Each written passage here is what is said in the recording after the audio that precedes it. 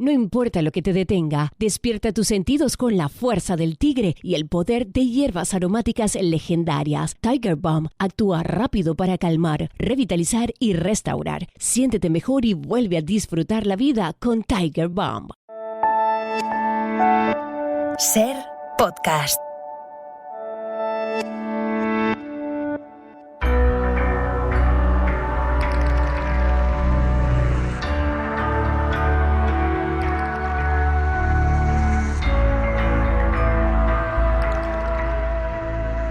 Continuamos en Ser Historia y lo hacemos en esta ocasión adentrándonos en el mundo de la ciencia e historia.2, esa sección que cada pocas semanas nos trae nuestro físico de cabecera, Pablo Arias. Pablo, bienvenido de nuevo a Ser Historia. Bien hallado, Nacho, muchas gracias. Fíjate, esta sección podría ser perfectamente un cronovisor, ¿no? Porque la queréis dedicar a una de las figuras emblemáticas en el mundo de la divulgación científica, que todos, yo nací en el 70, todos los que somos de esa generación, incluso posteriores, ¿no? Porque los programas suyos se han repetido y se han vuelto a emitir en la televisión. Me estoy refiriendo a Carl Sagan, ese científico estadounidense con esa maravillosísima serie de Cosmos que nos cambió de alguna forma a todos la vida, ¿no? Carl Sagan es pionero en la divulgación científica. A mí sí, a mí en concreto sí, yo soy 3 años mayor que tú y la verdad es que yo aprendí mucho con esos programas, pero lo que más destaco es que me abrió los ojos, que me abrió la curiosidad a querer adentrarme un poco más del modo en que comunicaba. Carl Sagan fue un grande. Y bueno, es más, se ha reconocido como tal, no lo tengo que decir yo, pero que es el divulgador científico más famoso y galardonado de la historia. Y bueno, es como tú decías, el programa se llamaba Cosmos, un viaje personal, bueno, fue narrador, coautor, y fue la serie más vista de la historia de la televisión pública estadounidense, con una audiencia de unos 500 millones de personas en 60 países. Y bueno, sí, y sobre todo me acuerdo muchos detalles. Un día que se pinchó el dedo y empezó a hablar de la cantidad de leucocitos que teníamos y la cantidad de vida que teníamos ahí, fue grande. Sigo aprendiendo de sus programas cuando lo veo alguna vez. Fíjate, nosotros aquí en Ser Historia, una de las cosas, cuando yo empecé a hacer el programa en 2009, era que José María del Río, la voz de Carl Sagan en la serie española, trabajará con nosotros, ¿no? Y muchos de los indicativos del programa son de José María.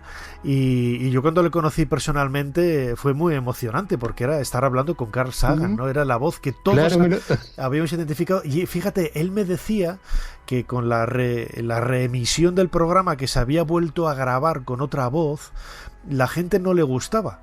La gente no le gustaba el nuevo doblador de Carl Sagan y intentaba buscar, ¿no? ese audio original de la década de los años 70 y 80 que finalmente pues se volvió a editar y se volvió a hacer así, ¿no? Porque la figura de José María del Río es, desde el punto de vista de la locución, maravillosa, como lo fue también Carl Sagan, ¿no? Claro, yo no sabía esa anécdota tuya, pero ahora me lo imagino, y si a mí me dice José María del Río algo, me lo creo a pies juntillas. Claro. Con esa voz. Pues bien, cuéntanos. Nada, que en los capítulos anteriores habíamos hablado de lo que conocemos y lo que ignoramos. Y habíamos comentado que el universo se expande, porque esto es lo que traducimos de los datos que obtenemos. Y bueno, y Carl Sagan también hablaba de eso, y Carl Sagan también lo sabía.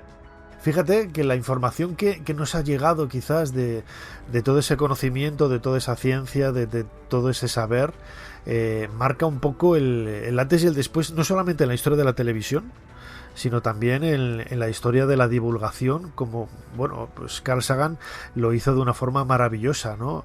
Y fue capaz de adentrarnos en un mundo aparentemente árido, complicado, con ejemplos, pues como haces tú en esta sección, ¿no? Muy directos, muy cercanos, que nos acercan a la física, ¿no? Tal y como es, sí.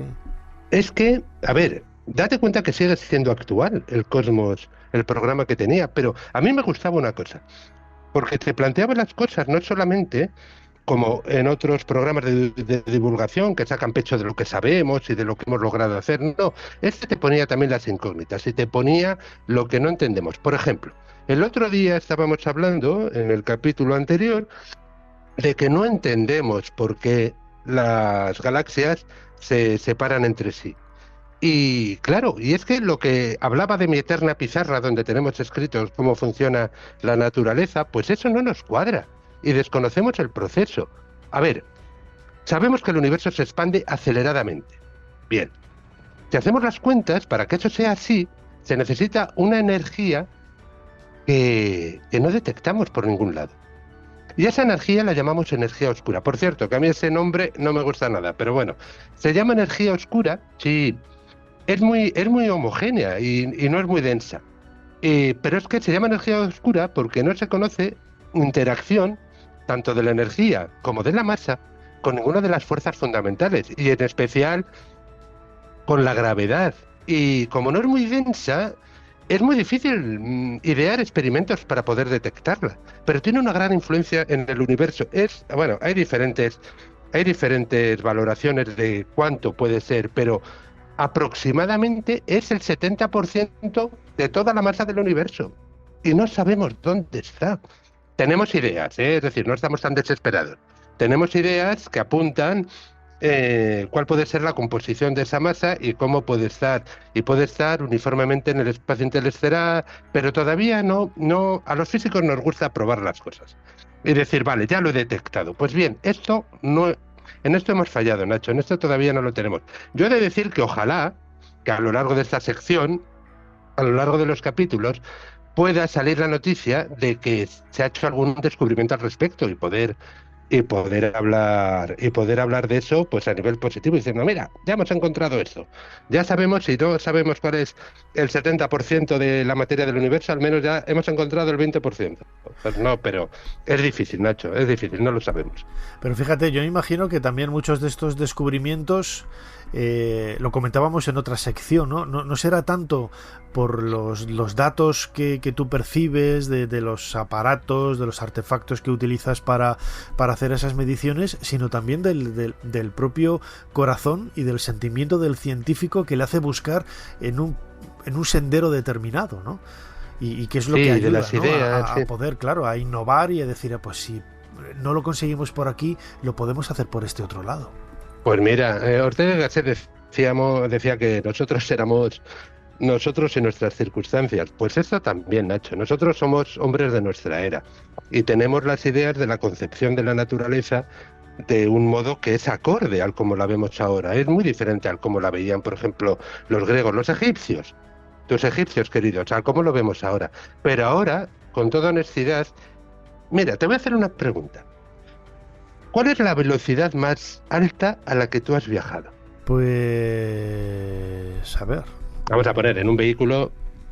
Sí, no, en un coche no. Yo aparte que no tengo carnet de conducir, no me gusta... Vamos, que no, es que no tengo carnet, siempre tengo piloto que me lleva. Pues yo creo, bueno... Pues en un avión. En un avión, te iba a decir. Estaba pensando ahora en un AVE, en un tren de alta velocidad, no, pero qué coño. En un avión muchísimo más, claro, muchísimo más rápido. Yo quise siempre ser mayor para volar en el Concorde y no se me dio. Lo quitaron hace poco, sí. Bueno, pues agárrate, Nacho, si estás sentado.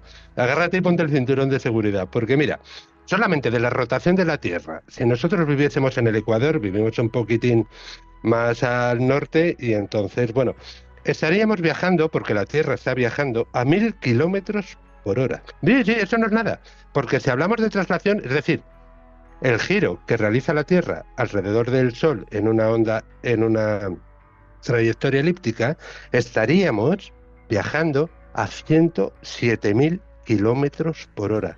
Repito, 107.000 kilómetros. Eso equivale a 30 kilómetros al segundo. Uh-huh. En este espacio ya habríamos recorrido 120. Wow. La verdad es que es sorprendente. Claro, es que, a ver, vivimos en un planeta que viaja por el espacio. Dentro de una galaxia, la Vía Láctea, que contiene cientos de millones de planetas, y muchos como el nuestro. Pero es que a su vez, Nacho, hay miles de millones de galaxias, solamente en el universo observado, solamente en el que hemos podido recibir sus señales, que no sabemos cuántas habrá más allá. Así que una de las cosas que nos enseña la ciencia es que hay que ser humildes, porque somos una aldea muy pequeña, muy pequeña, muy pequeña, en una provincia muy pequeña, muy pequeña, muy pequeña, en un país muy, pero que muy pequeño. Entonces, en mi opinión, intentar erigirnos en, no sé, en el objeto de la creación es extremadamente arrogante. Eso sí, y eso lo decía Carl Sagan también, pero eso sí, tenemos que estar muy orgullosos de ser capaces de entender lo que entendemos, porque eso es un prodigio. Que desentrañemos las claves con las que funciona la naturaleza que nos rodea, aunque desconozcamos muchas todavía. Esto es un verdadero prodigio. Y bueno, decía, yo también tenía un profesor que decía, Galileo Galilei habría dado un brazo por saber lo que saben ustedes.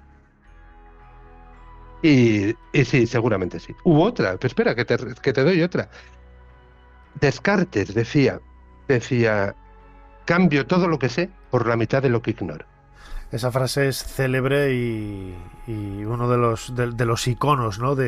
También de esa humildad, ¿no? Que tienen que tener los científicos, ¿no? Yo recordaba precisamente un pasaje de uno de los capítulos de la serie Cosmos de Carl Sagan, donde hablaba de ese puntito blanco en medio de la nada, ¿no? En medio del universo que marca un poco señalar lo pequeños que somos, ¿no? Pero hay algo maravilloso que también apuntaba Carl Sagan.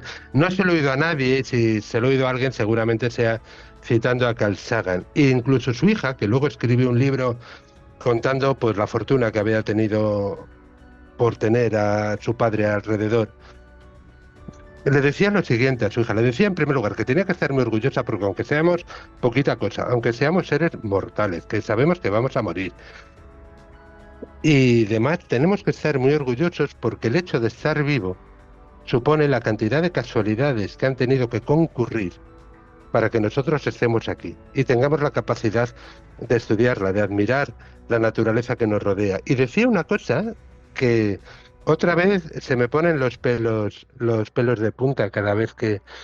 Mira, existen muchos tipos de estrellas y las estrellas nacen, no voy a decir que viven, pero nacen, evolucionan y después mueren, después se extinguen.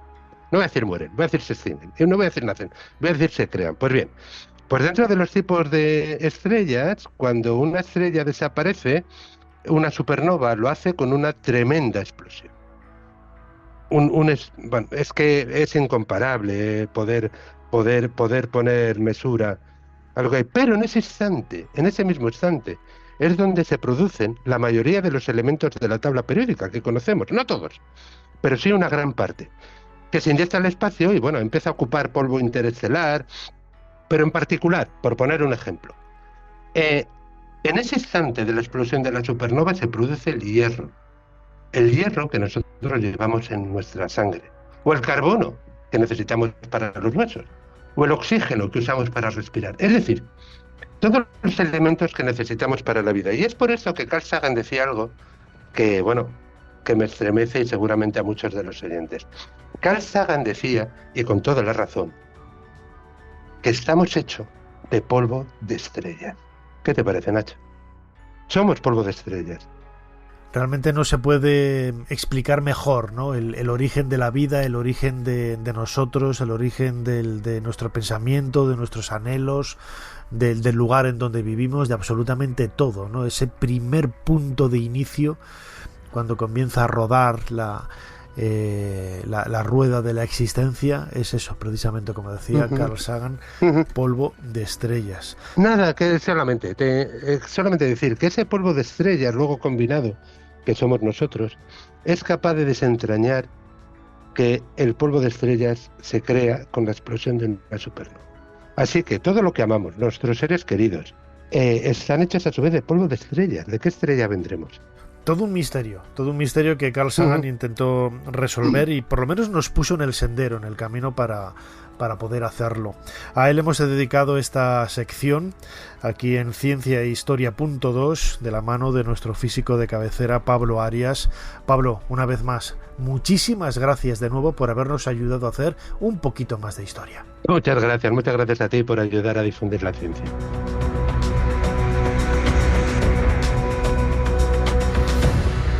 Suscríbete a Ser Historia. Todos los episodios y contenidos adicionales en la app de Cadena Ser y en nuestros canales de Apple Podcast, Spotify, iVoox, Google Podcast y YouTube. Escúchanos en directo en la Ser los domingos a la 1:30 de la madrugada. Cadena Ser. La radio.